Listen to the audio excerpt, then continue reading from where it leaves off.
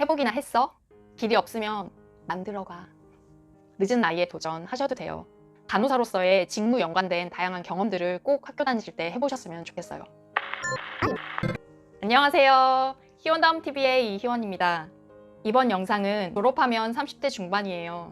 저는 40살이 넘어요. 그런데 꼭 대학병원에 가고 싶어요. 갈 수 있을까요? 두 가지 방법이나 있어요. 지금부터 알려드릴 테니까 집중하세요. 첫 번째, 자대병원이 있는 학교에 꼭 합격하세요. 중요한 점은 원서를 써보는 게 아니라 편입 합격이 목표예요. 그러면 합격 전략을 짜야겠죠? 첫 번째, 내가 어디에 있는 학교로 갈 것인지 지역을 먼저 선택하세요. 그 지역에 있는 간호대학교 중에서 자대병원이 있는 학교를 검색하시고 그 학교 홈페이지에 들어가서 편입 요강을 확인하시고 전략을 짜야 해요. 면접을 본다 하면 그 학교 면접 기출문제를 다 뽑아서 면접에 철저히 대비하셔야 되고요. 토익이 들어간다고 하면 토익 점수를 최대한으로 끌어올리세요. 그래서 시간이 좀 걸리더라도 자대병원이 있는 학교에 합격을 하시면 나는 최소한 그 병원에서는 근무를 할 수가 있어요. 이러신 분들은 자대병원이 있는 학교에 편입을 꼭 합격하도록 전략을 짜세요. 그리고 두 번째, 국공립병원들이 블라인드 채용을 시작했어요. 블라인드 채용은 출신 지역, 출신 학교, 가족 관계, 나이 이런 걸 보지 않아요. 국공립병원의 40대 초반의 신규 간호사 선생님들이 실제로 일을 하고 계세요.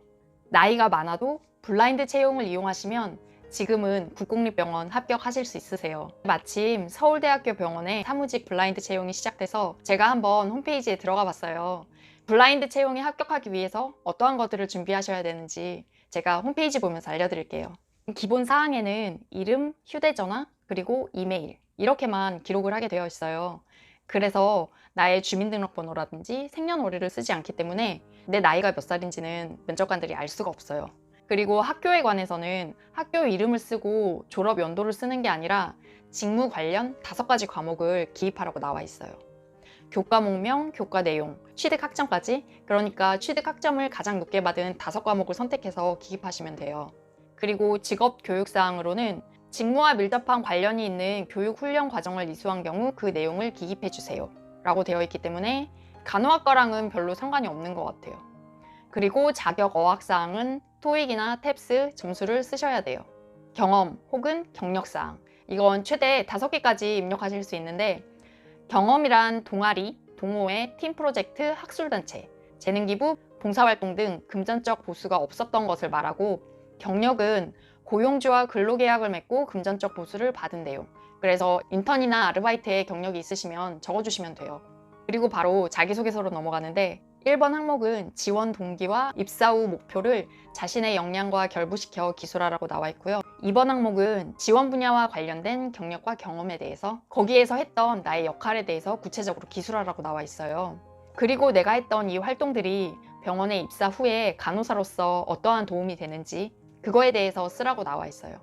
그리고 세 번째는 타인과의 관계 속에서 정서적 스트레스를 받은 경험이 있다면 스트레스를 관리하는 본인만의 구체적인 방법, 이거에 대해서 쓰는 거고, 마지막으로는 업무 수행 중 예상치 못한 문제나 어려움에 직면하였을 때 극복했던 경험을 기술하라고 쓰여 있어요. 그러니까 두 번째, 블라인드 채용에 합격을 하기 위해서는 채용 공고가 났을 때 내가 원하는 병원이 어떠한 인재를 원하는지 한번 이렇게 저처럼 홈페이지에 들어가 보세요. 자기소개서에 어필할 수 있는 나의 스토리를 만들기 위해서는 어떠한 활동을 해야 되는지가 나와 있잖아요. 내가 나이가 많은데 자대병원이 있는 학교를 가지 못하셨다면 두 번째 방법인 국공립병원 채용의 기회를 노려보시길 바래요.